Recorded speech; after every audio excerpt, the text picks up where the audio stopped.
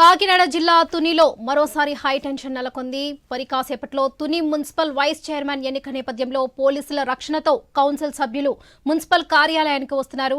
ఇక ఇదే విషయానికి సంబంధించి మరిన్ని అప్డేట్స్ మా ప్రతినిధి గణేష్ అందిస్తారు. గణేష్, అటు వైసీపీ కౌన్సిలర్ మున్సిపల్ కార్యాలయానికి బయలుదేరారు. బారికేడ్లను దాటుకుని టీడీపీ కార్యకర్తలు దూసుకురావడంతో పోలీసులు లాఠీ చార్జ్ చేసినట్లుగా సమాచారం. ఇటు వైసీపీ కార్యకర్తలను అడ్డుకునేందుకు టీడీపీ కార్యకర్తలు యత్నించినట్లుగా సమాచారం.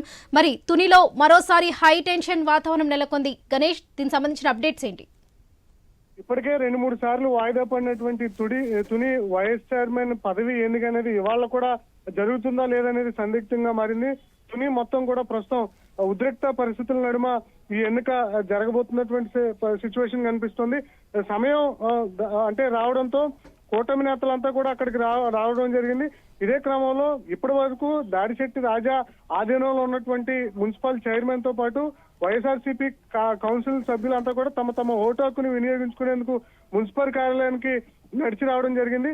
దీంతో ఒక్కసారిగా కూటమి కార్యకర్తలు వారి మీదకి రావడంతో వైసీపీ కౌన్సిలర్లు అయితే వెనుదిరిగి వెళ్లిపోవడం జరిగింది. ఇదే క్రమంలో పోలీసులు కూటమి కార్యకర్తలపై లాఠీచార్జ్ చేశారు. మున్సిపల్ కార్యాలయాన్ని అయితే కూటమి నేతలు ముట్టడించడం జరిగింది. ఇదే క్రమంలో చైర్మన్ తో పాటు కౌన్సిల్ సభ్యులంతా కూడా పరుగులు పెట్టడం జరిగింది. దీంతో మున్సిపల్ కార్యాలయం వద్ద తీవ్ర ఉద్రిక్త పరిస్థితులు అయితే మనకు కనిపిస్తున్నాయి. ఖచ్చితంగా ఈ వైస్ చైర్మన్ పదవిని దక్కించుకోవడం కోసం వైఎస్ఆర్సీపీతో పాటు తెలుగుదేశం పార్టీ తీవ్రంగా శ్రమిస్తుంది. వాస్తవానికి తెలుగుదేశం పార్టీకి ఇక్కడ బలం లేదు. గత ఎన్నికల్లో ఒక్క స్థానం కూడా లభించలేదు. కానీ కూటమి అధికారంలోకి వచ్చిన తర్వాత 10 మంది కౌన్సిల్ సభ్యులు అనేది టీడీపీ వైపు వెళ్లడం జరిగింది. ప్రస్తుతం 17 మంది సభ్యులతో వైఎస్ఆర్సీపీ వైస్ చైర్మన్ పదవికి పోటీ పడుతున్నారు. 17 మంది సభ్యులు ఉండడంతో ఖచ్చితంగా ఇక్కడ వైఎస్ఆర్సీపీ వైస్ చైర్మన్ పదవిని గెలుచుకునేటువంటి అవకాశం కనిపిస్తుంది. అయితే ఆ ఛాన్స్ అనేది దాడిశెట్టి రాజా ఇవ్వకుండా తన తెలివితేటలతో పదవిని దక్కించుకునేందుకు ప్రయత్నం చేస్తున్నారు.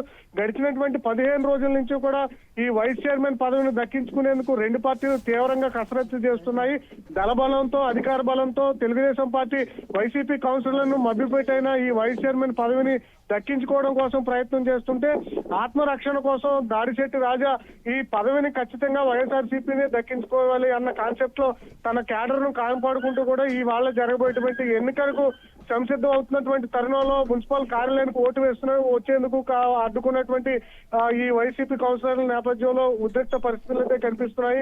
రాష్ట్ర వ్యాప్తంగా ప్రస్తుతం తుని వైస్ చైర్మన్ ఎన్నిక అనేది అందరూ కూడా ఆసక్తిగా ఎదురు చూస్తున్నారు. ఎందుకంటే తునిలో ఎప్పుడూ కూడా ఎలాంటి రాజకీయ పరిణామాలు కనిపించలేదు. గతంలో ఎన్నడూ లేని విధంగా మున్సిపల్ వైస్ చైర్మన్ పదవికి ఇప్పుడు అటు వైఎస్ఆర్సీపీ తెలుగుదేశం పార్టీ అంటే దక్కించుకోవడం కోసం జరుగుతున్నటువంటి ప్రయత్నంలో రెండు ఉభయ గోదావరి జిల్లాల్లో ఉన్నటువంటి వైసీపీ క్యాడర్ చలో తునికి పిలుపునిచ్చారు. దీంతో ముఖ్య నేతలందరినీ కూడా పోలీసులు ముందస్తుగానే అరెస్టు చేయడం జరిగింది.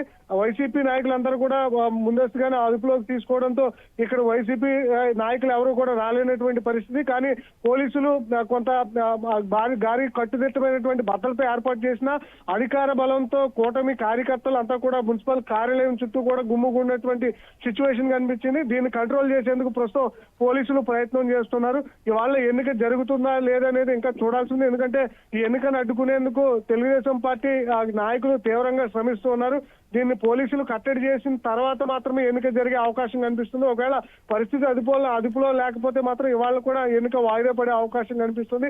ఖచ్చితంగా ఈ మున్సిపల్ పదవి అనేది చేజిక్కించుకోకుండా చేసేందుకు దాడిశెట్టి రాజా ప్రయత్నం చేస్తున్నారు. మరి దీన్ని కూటమి నాయకులు ఏమన్నా మళ్ళీ ప్రలోభాలకు గురి చేసి ఆ పదవిని కూడా తమ వైపు తిప్పుకుంటారా, లేదా ఇతర రాష్ట్రంలో ఇతర మున్సిపల్ చైర్మన్ పదవులను కూడా కూటమి నాయకులు బలం లేకపోయినా అధికార బలంతో చేజిక్కించుకోవడం జరిగింది.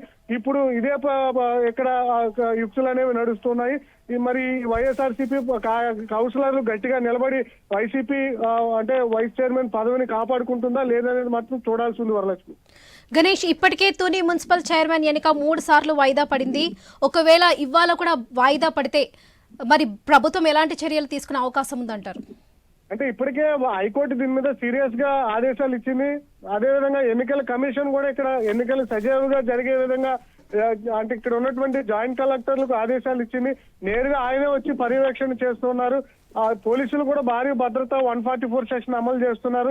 అయినప్పటికీ కూడా కూటమి బలంతో తెలుగుదేశం పార్టీ నాయకులు ఇక్కడ కుయుక్తులు పన్నుతూ కూడా వైస్ చైర్మన్ పదవిని చేజిక్కించుకోవడం కోసం అడ్డదారులు తొక్కుతున్నారన్న ఆరోపణలు వైసీపీ చేస్తుంది. వాస్తవానికి ఇక్కడ హైకోర్టు ఆదేశాలు ఉన్నాయి, ఎలక్షన్ కమిషన్ ఆదేశాలు ఉన్నాయి. ఇన్ని ఆదేశాలు ఉన్నా అధికార యంత్రాంగం ఎన్నికలు జరపడంలో విఫలమవుతోంది. కూటమి ప్రభుత్వానికి అధికారులు కూడా సహకరిస్తున్నారన్న ఆరోపణలు వినిపిస్తున్నాయి. 2-3 సార్లు కేవలం ఇది చైర్మన్ పదవి కూడా కాదు, వైస్ చైర్మన్ పదవి ఆల్రెడీ 2.5 ఏళ్లు ముగిసిన తర్వాత 2.5 ఏళ్లు ఒప్పందం ప్రకారం వైస్ చైర్మన్ తప్పుకోవడంతో ఇక్కడ ఎన్నిక అనివార్యం అవ్వడం జరిగింది.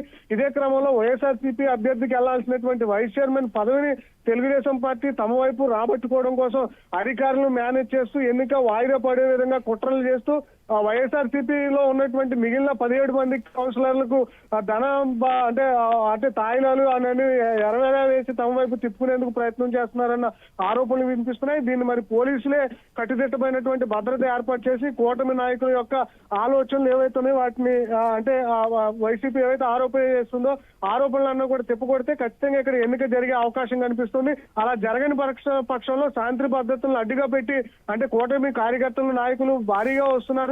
వైసీపీ కౌన్సిలర్లు బెదిరింపులకు పాల్పడుతున్నారు. అదేవిధంగా ఇక్కడ వచ్చినటువంటి కౌన్సిలర్లను కూడా భయపెట్టడంతో వారు వెనకెళ్ళిపోయినటువంటి పరిస్థితి కనిపిస్తుంది. కాబట్టి వాళ్ళ ఎన్నిక జరుగుతుందా లేదా అనేది మాత్రం చూడాల్సి ఉంది. ఒకవేళ ఎన్నిక జరగకపోతే మాత్రం మరొక రోజు అధికారులు నిర్ణయం తీసుకుని ఎన్నిక జరిగే అవకాశం కనిపిస్తుంది. Varalakshmi. Right Ganesh, thank you.